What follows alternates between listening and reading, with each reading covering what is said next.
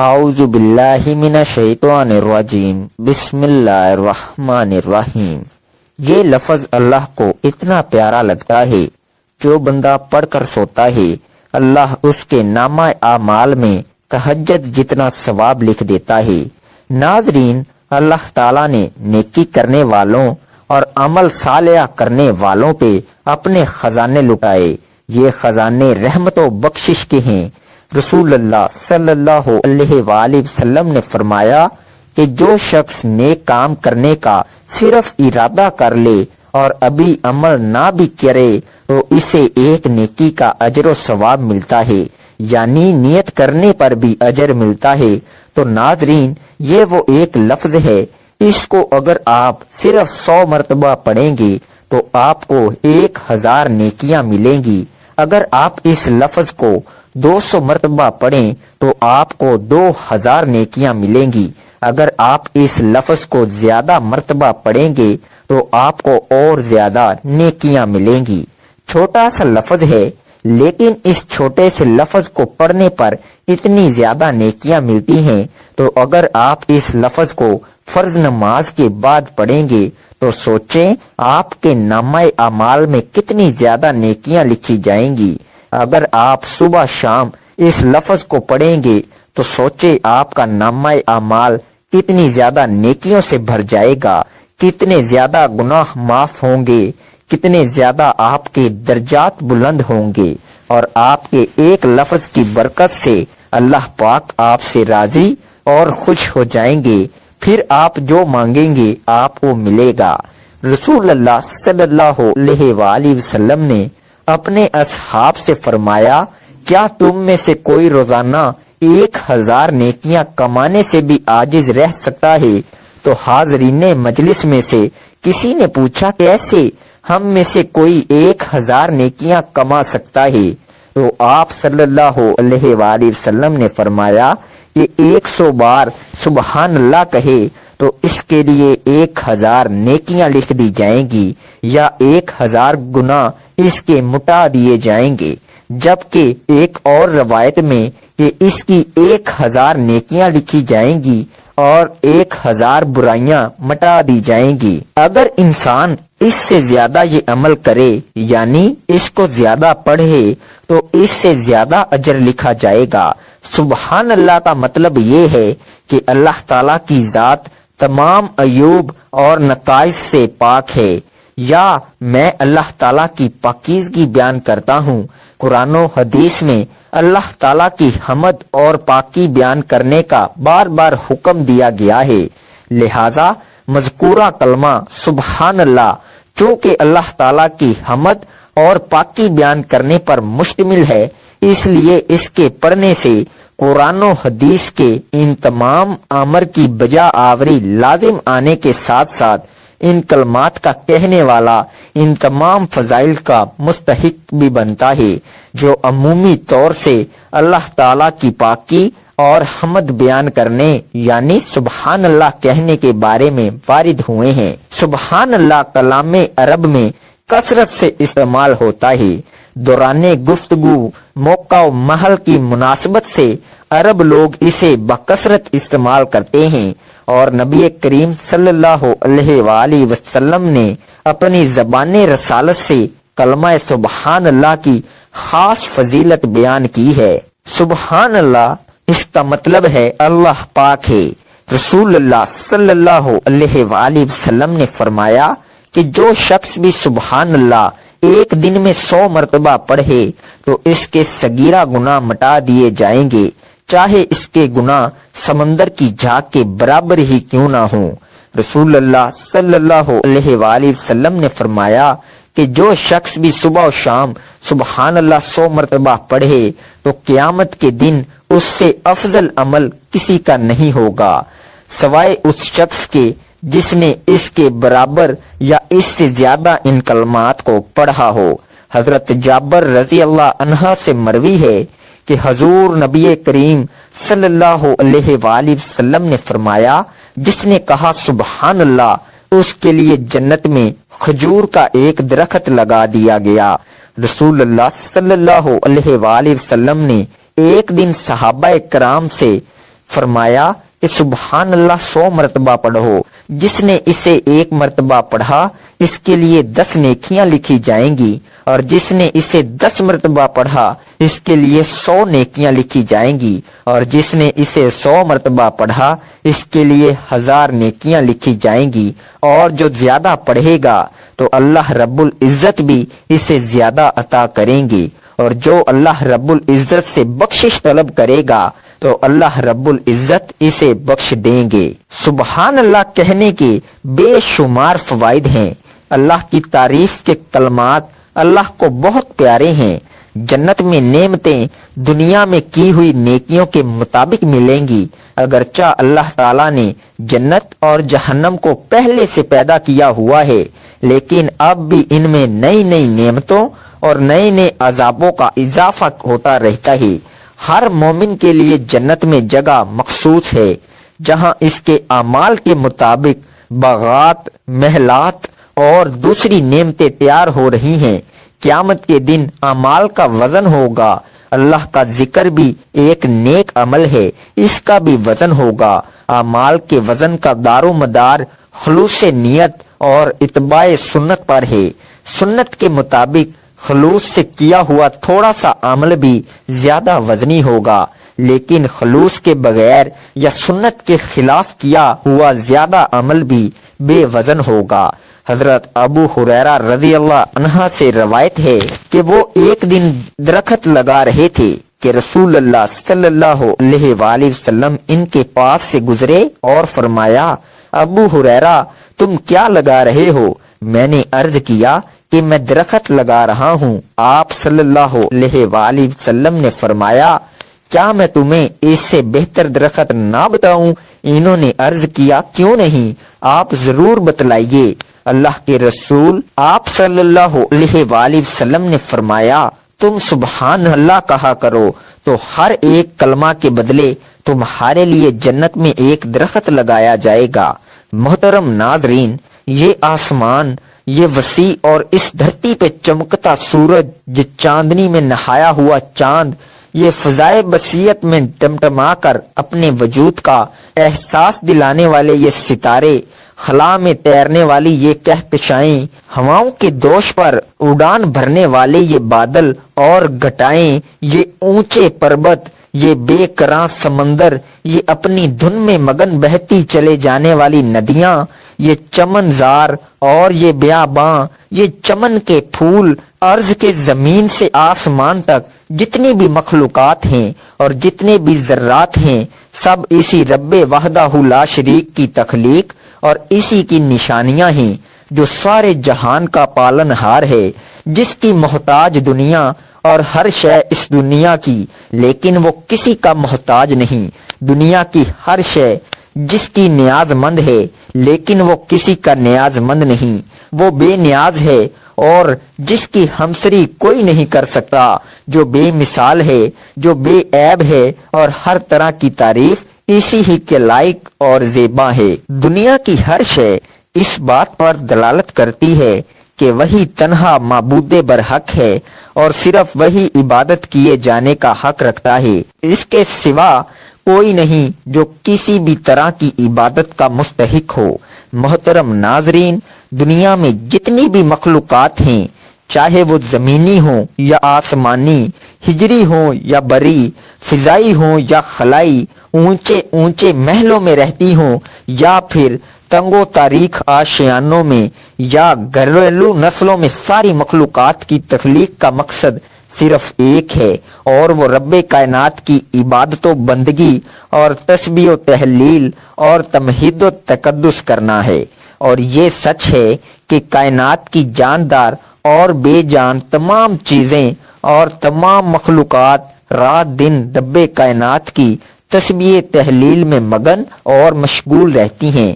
یہ اور بات ہے کہ ہم اور آپ سمجھیں یا نہ سمجھیں، اس بات کی گواہی اسی ذات بے عیب نے دی ہے جس نے ان تمام مخلوقات کو پیدا کیا ہے۔ وہ کہتا ہے، ترجمہ، ساتوں آسمان اس کی حمد و ثنا کے ترانے گاتے ہیں، زمین اس کی تعریف و توصیف کے نغمے گنگناتی ہے۔ زمین پر جتنی بھی مخلوقات بود و باش کرتی ہیں، سب اسی کی تسبیح و تمہید کے ساتھ چھیڑتی ہیں۔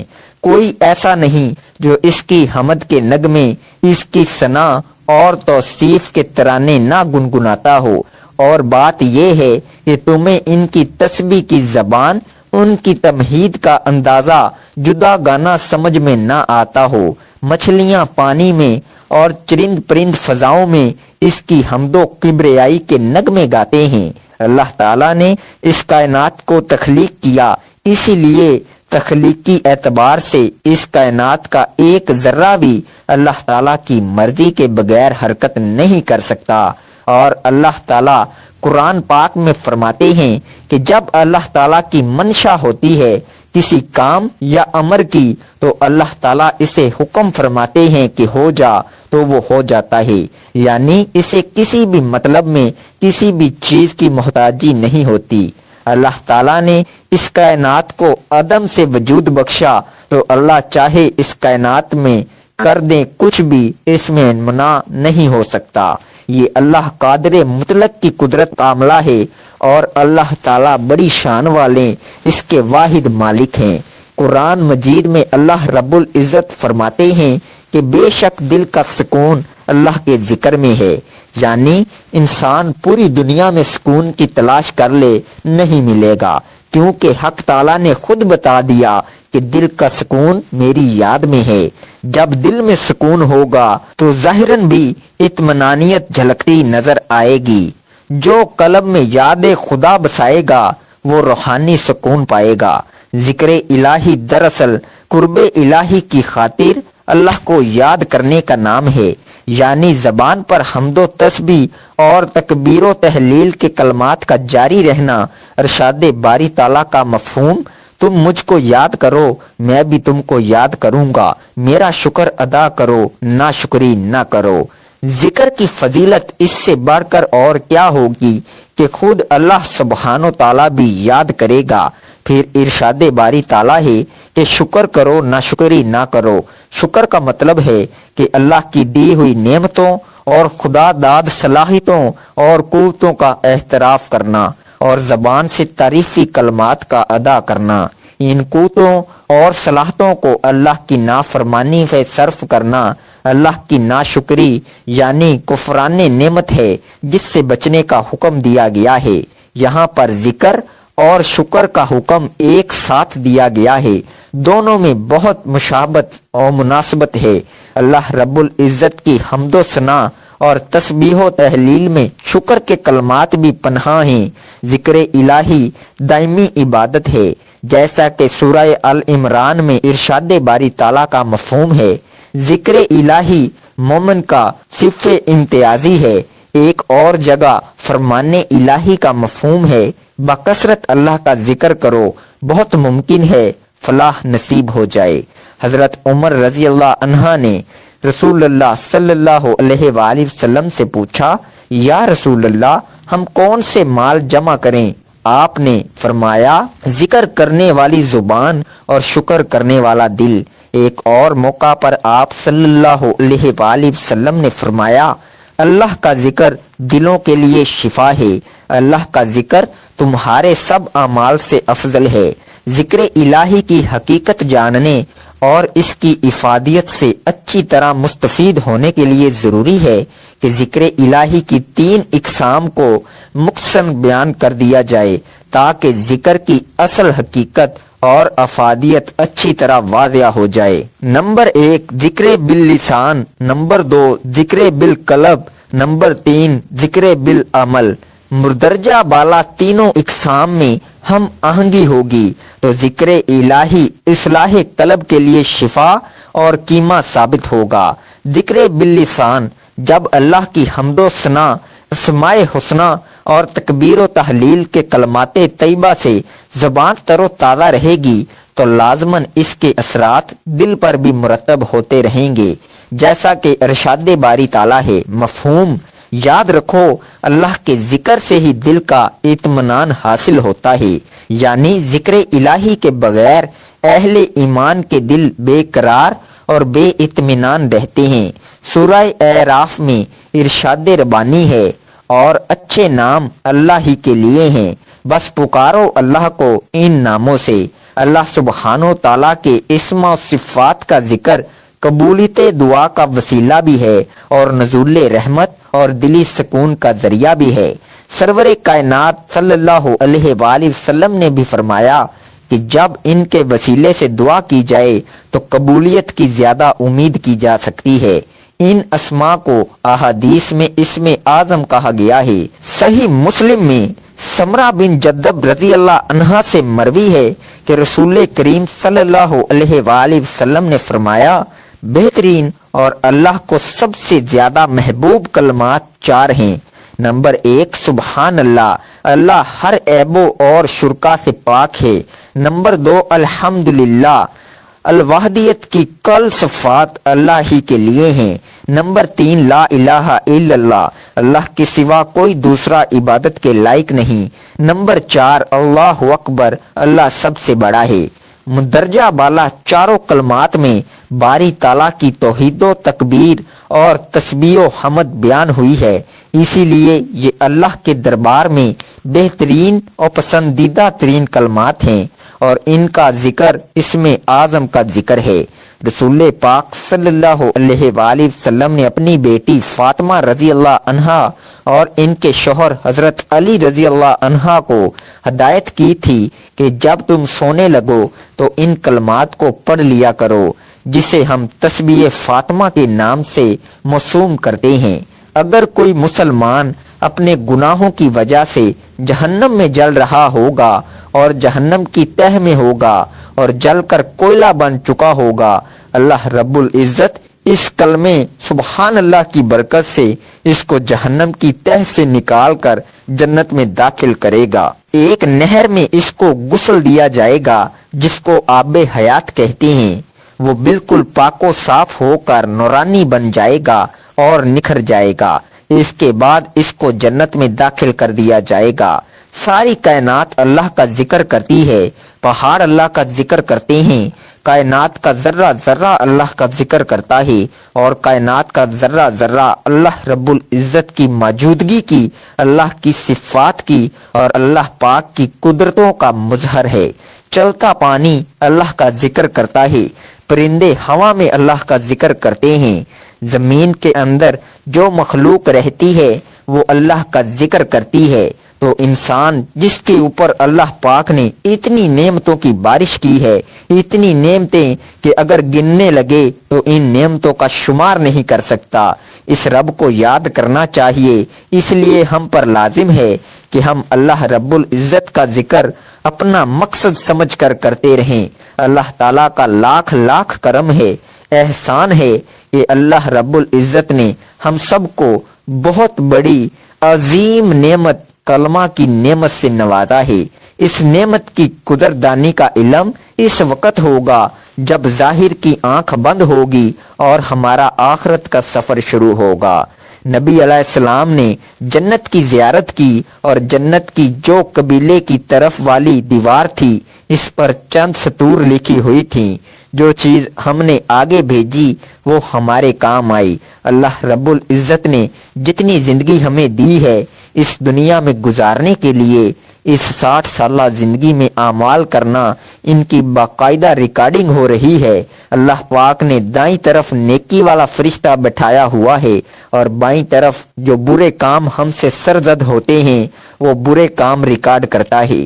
ایک دفعہ ایک اللہ والے نے اشارے سے اپنے کسی جانور کو بلایا، جیسے جانور کو بلاتے ہیں، اشارہ کرتے ہیں، ہاتھ میں کچھ رکھتے ہیں کہ کچھ جانور کو دینا ہے، کھلانا ہے۔ انہوں نے اشارے سے جانور کو بلایا تو اللہ پاک بعض اوقات غیب کی باتیں اللہ والوں پر منکشف کر دیتے ہیں۔ تو جب انہوں نے اشارے سے جانور کو بلایا تو اللہ پاک نے ان پر وہ منظر منکشف کر دیا کہ فرشتے نے وہ اشارے بھی لکھ لیے۔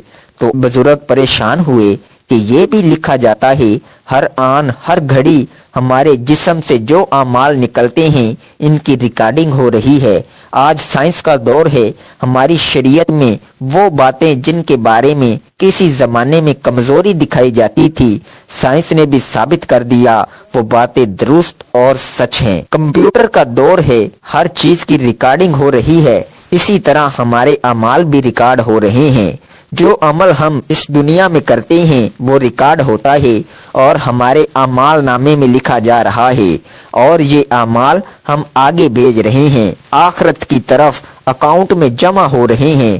سب کچھ جو ارد گرد ہے انشاءاللہ کل گواہی دے گا، بیت اللہ بھی گواہی دے گا، انشاءاللہ اللہ کے گھر کی دیواریں بھی گواہی دیں گی کہ ان اللہ تعالیٰ کے بندوں نے میرے قریب میں بیٹھ کر ذکر کا حلقہ لگایا تھا اور حلقے میں تجھے یاد کیا تھا، حلقے میں تیری وحدانیت بیان کی تھی، نفی اثبات کا ذکر کیا تھا، اس میں ذات کا ذکر کیا تھا، تیری صفات کا ذکر کیا تھا، اور ذکر قلبی بھی کیا تھا اور ذکر لسانی بھی کیا تھا، کیونکہ اللہ رب العزت تو سمیع بھی ہے اور بصیر بھی ہے، دیکھتا بھی ہے، سنتا بھی ہے۔ تو ہماری یہ گواہی پیش ہوگی انشاءاللہ۔ ذکر کا مقصد قرآن کریم کی طرف لے جانا ہے۔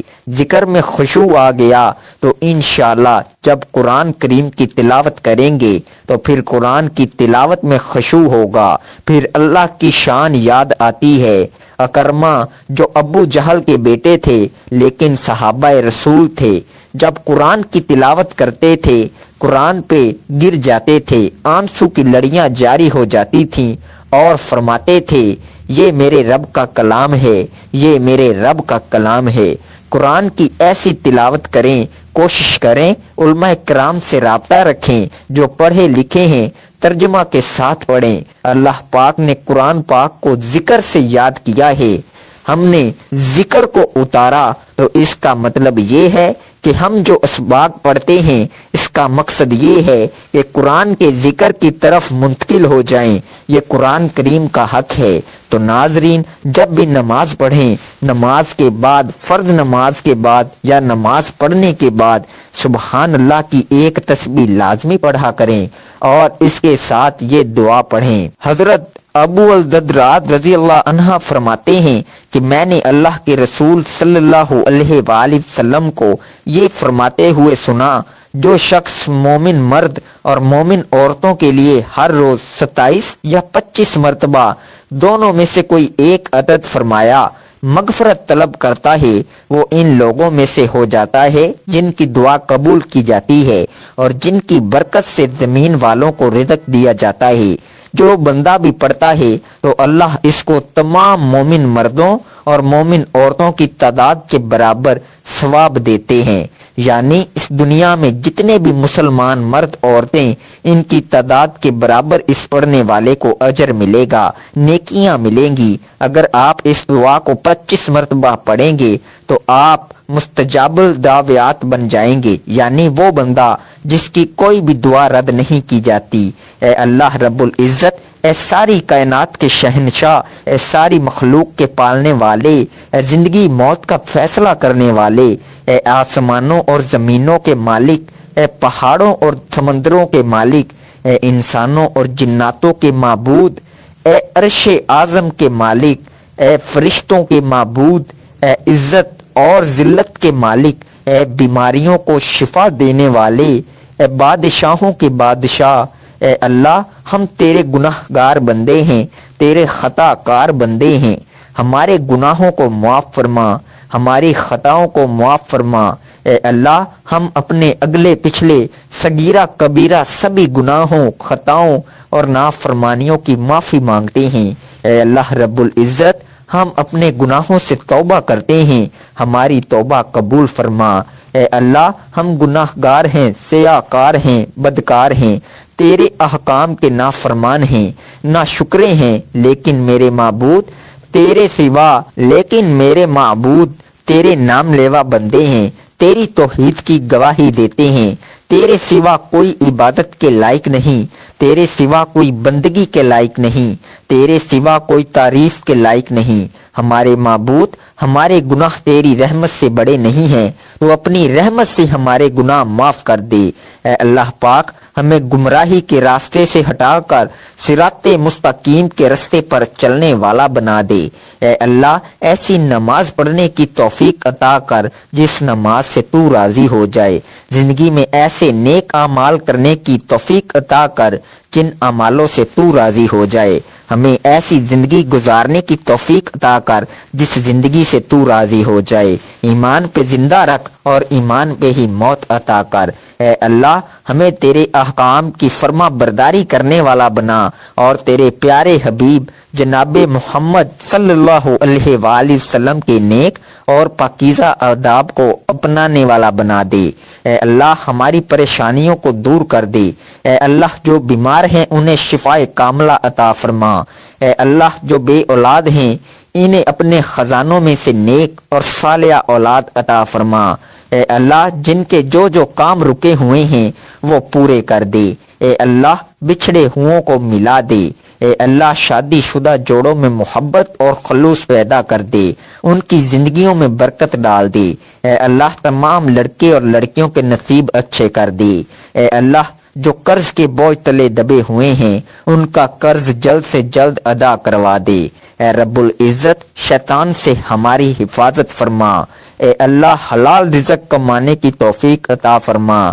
تو آپ اس عمل کو لازمی کریں، اسے شیئر کریں اور اس ویڈیو کو لائک کریں۔ جزاک اللہ۔